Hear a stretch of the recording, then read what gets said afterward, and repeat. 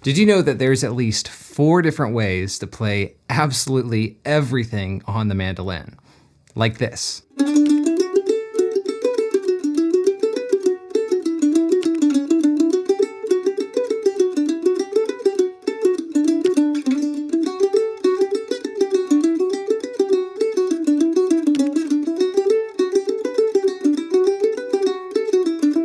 And stick around because I want to show you how to do this and a lot more today. And if you're new here, my name is David. I've been playing mandolin for about 20 years, and I think I can safely say that this one fretboard concept has changed the way that I think about the mandolin more than anything else. And if you're new to it, it's a method called the FFcP.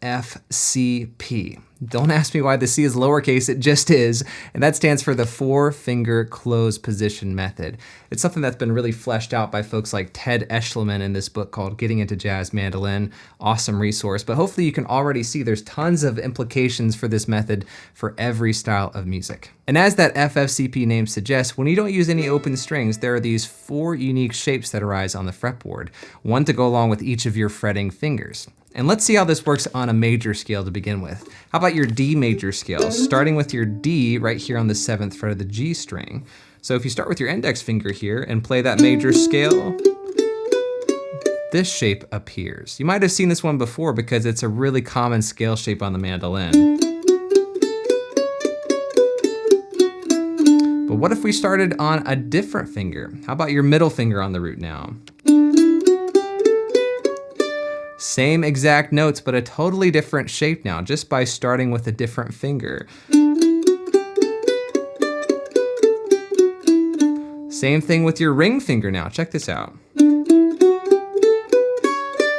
Same notes, but now we have this shape that is kind of reminiscent of your chop chord, right? You can see how that major scale intersects all those chord tones. And then we even have one for our pinky. Don't forget this tricky one.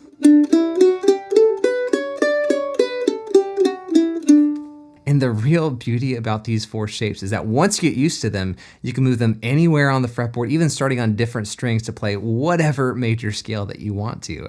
All you have to do is find the root note with one of your 4 fingers and then play the appropriate scale shape. So for an example, if you wanted to play your F sharp major scale starting on your index finger, just find your F sharp with that index and play the right shape. Or how about E flat starting on your middle finger? Or D flat starting on your ring finger. A flat on your pinky. And we've already done so much to unlock the fretboard here. If you need to pause the video and just ruminate on this, I totally get it. In fact, if you want to grab all the companion PDF handouts and tab and notation and fretboard diagrams, you can find them over on my Patreon page at the link in the cards above. There's over like 10 pages of handouts to go with this lesson. But I think the rubber really meets the road when you start to apply some scale patterns to these shapes so you can see them lay out a little bit differently, like this. So back in the key of D, let's start on your index shape, and let's use this thirds pattern to go up the scale, and then back down, and then seamlessly transition to your middle finger shape like that.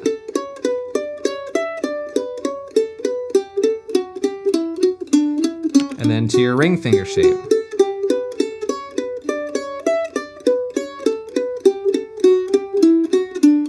And then lastly, your pinky.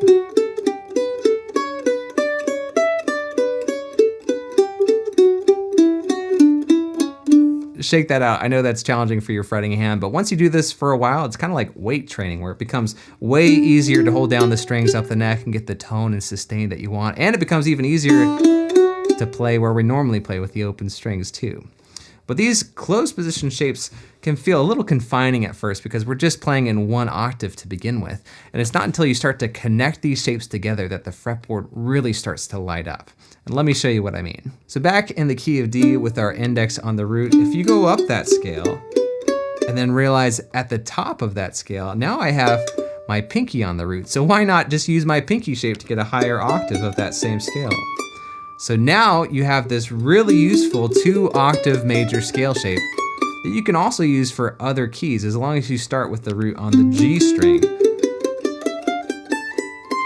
So what about your middle finger shape back in the key of D? So we go up that scale, now we realize our index finger's on the high root. So we can use our index shape here to get an easy second octave here.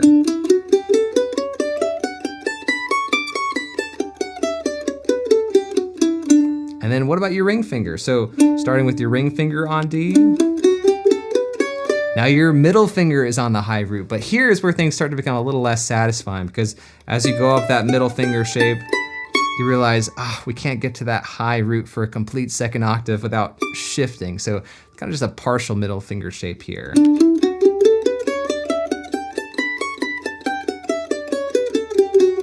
And then same with your pinky as you go up.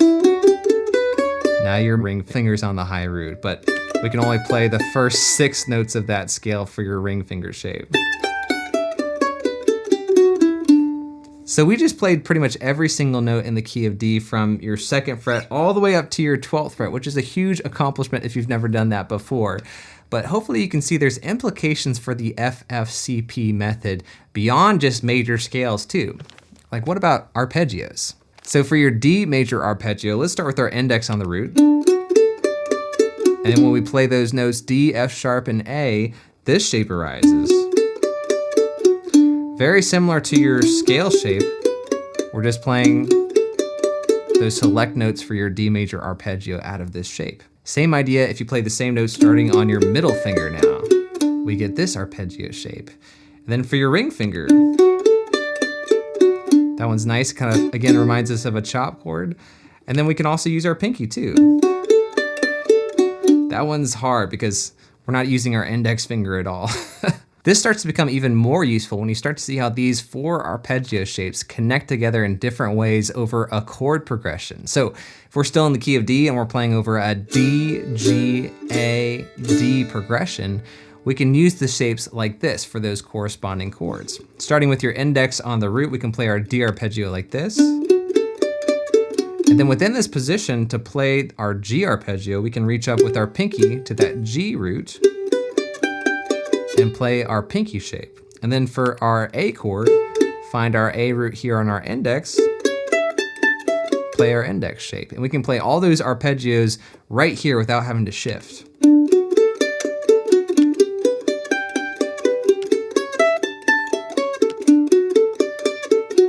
So now let's try starting on our middle finger for our D arpeggio. Now in this position, our 4 chord, that G, starts on our index. And then the 5, the A, starts on our middle finger. Back to 1.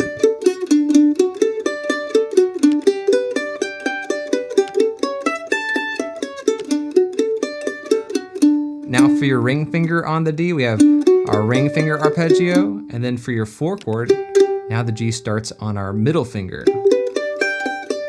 And then ring finger for your A. Back to ring for D, like this.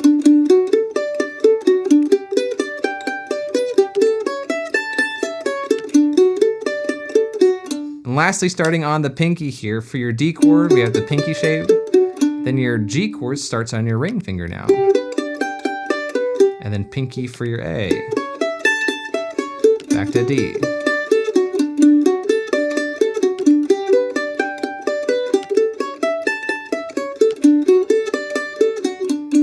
Okay, so we have a lot of pieces of the FFcP puzzle in place. That's hard to say. But if we want the full picture of how this works, I think we have to play a melody in these 4 different shapes.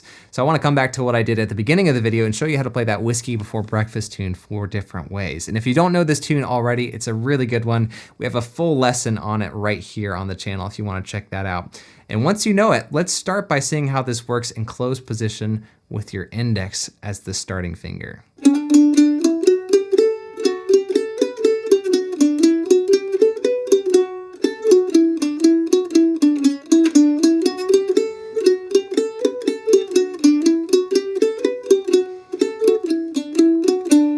Might have to do a little shifting to accommodate for that C sharp note back to D, but Otherwise, we're just in the index position here. And what I love about this is that we're taking hopefully a familiar melody and we're using it to explore the unfamiliar up the neck. And we're using all those pieces that we looked at so far, the scale shape, the scale patterns, arpeggios, connecting arpeggios together just to play this classic tune. And don't worry if this takes a little while. If you need a little extra help, don't forget about the PDF tab notation over on my Patreon page down at the link below. I've even got the transcriptions for the B section, so you can play this entire tune in the 4 positions across the fretboard. But for now, let's check out that A section, starting with your middle finger now.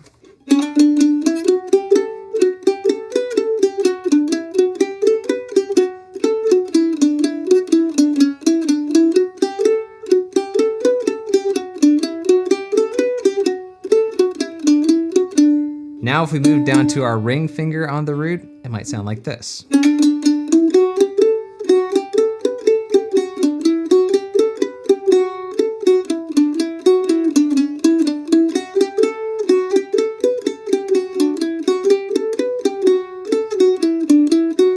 And lastly, the dreaded pinky shape, here we go.